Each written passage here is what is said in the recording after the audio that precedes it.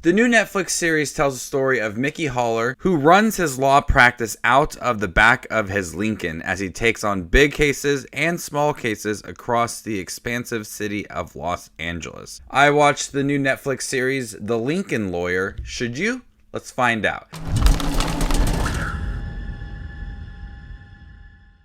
How's it going, movie watchers? Thank you guys for stopping by my channel. Today we're going to talk about the new Netflix series, The Lincoln Lawyer, which is based on the second book in the Lincoln Lawyer series by Michael Connelly. This is created by David E. Kelley, and there was a film a while ago with Matthew McConaughey called The Lincoln Lawyer. This also stars Neve Campbell from the Scream series, so it's got a pretty good cast and an interesting story.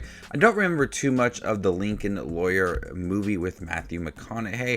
This is a 10 episode series. Each episode runs about 45 minutes long, and it's unnecessarily long. This is a long series that at times you absolutely feel that length. The story centers around Mickey Haller, who is regarded as a top lawyer. He's been out of the game for some time, and he takes on this case left to him by another lawyer that was murdered. And so he's taking on these cases while also at the same time trying to figure out what happened to this lawyer that had died. For a good half of this series, it's Mickey trying to pick up the pieces of this lawyer's cases, meeting his clients, also trying to figure out what had happened to this previous lawyer. So we aren't really seeing what makes him so good at being a lawyer. Why is he regarded as one of the best?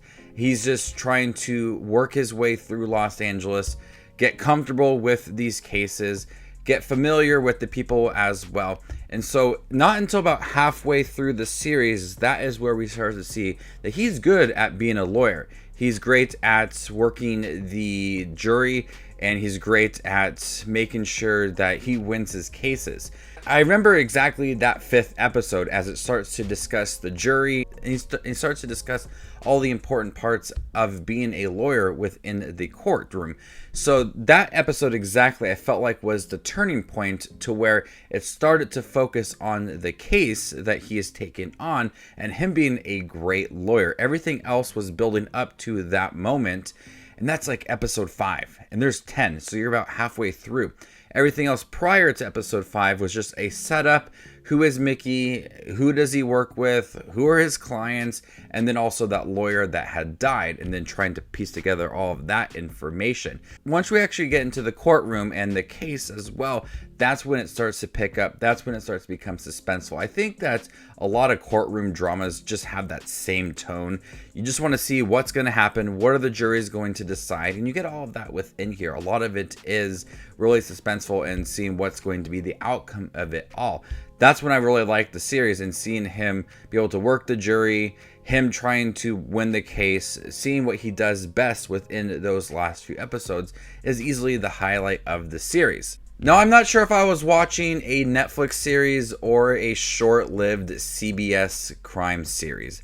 Everything about this series screams a television show that you would see on CBS. A couple of the episodes feel very tinted with its color.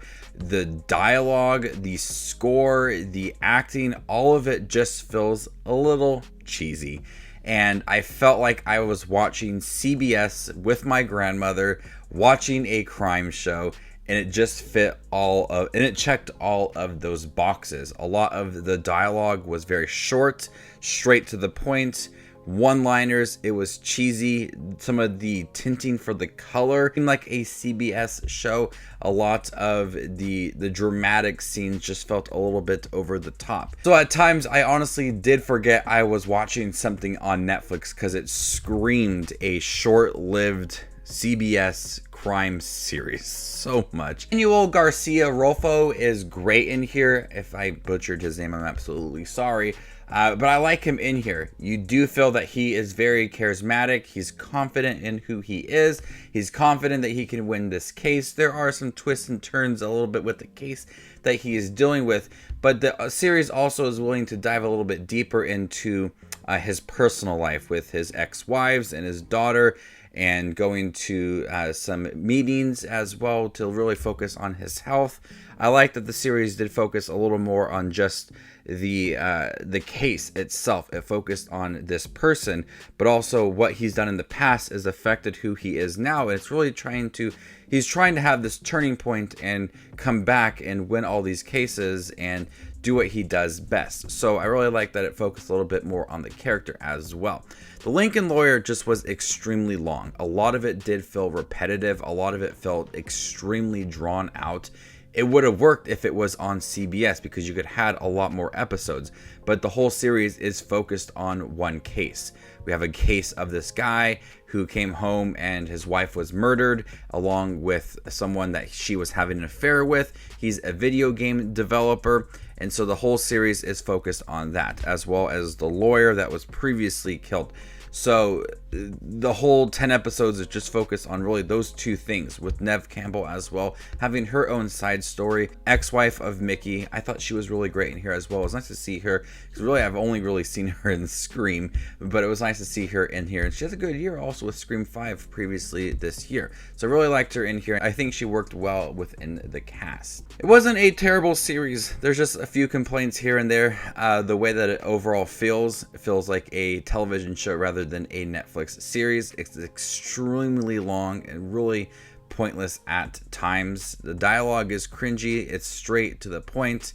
It knows what it wants to be. It wants to be a crime series, and it succeeds at doing that. But I still enjoyed watching it, more so the later half of the series when we got more of the crime and the case in the courtroom, and that's when it became pretty suspenseful and more fun to watch. So overall, didn't regret watching it, but I think they really could have cut at least 2 full episodes. I think it would have been the same exact thing. So before I give you my score for The Lincoln Lawyer, make sure to check out my channel. Here I do movie reviews, trailer reactions, ranking videos, tier lists, all that fun movie related content that you see on YouTube. I do it all here, so hit that subscribe button to get it all in one spot. I'm going to go ahead and give The Lincoln Lawyer a B-.